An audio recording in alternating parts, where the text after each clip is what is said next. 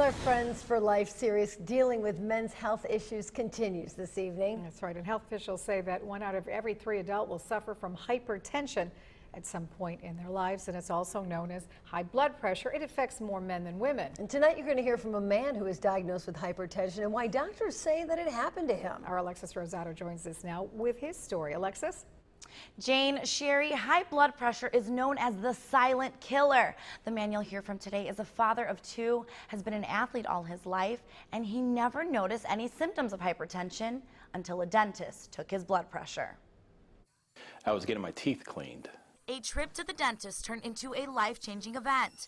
Andy Mitchell was just 28 years old when he found out he had high blood pressure. So high, he had to go to the doctor the very next day. It was a surprise to me, but when I started doing more research, I found out that it was hereditary. My dad actually has hypertension as well. Mitchell was an athlete all his life, but he is one of the 70 million Americans who have high blood pressure. Let's see how your pressure's doing here today.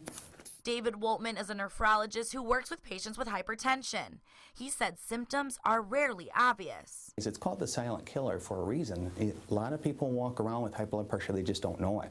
MSU researcher Dr. Gregory Fink says even though there isn't a specific cause, 50% of people who are overweight have hypertension. It's not fat in general, it's that specific locale of fat. Fink has studied the correlation between body fat and high blood pressure for years. He says overall body fat is not related to high blood pressure, but belly fat is.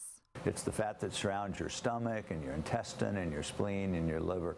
That fat appears to correlate very highly with having high blood pressure. Dr. Fink says blood vessels work hard to pump blood to some of the most important organs in the body, and belly fat skews those signals. You need it. Fat is a very active tissue.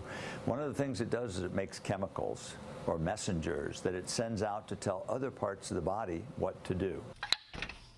The best way to combat the silent killer and stomach fat is by working out, a lifestyle change Andy Mitchell knows well. Changing my lifestyle by eating healthier and also being more active. His blood pressure is now under control, and as a father who wants to live a long life, he gives one last piece of advice. Check it, as often as you can. Michigan State University received a $7 million grant from the National Institute of Health to continue this research, and Dr. Fink tells me he hopes to create a drug that will disconnect obesity from high blood pressure. Jane, Sherry.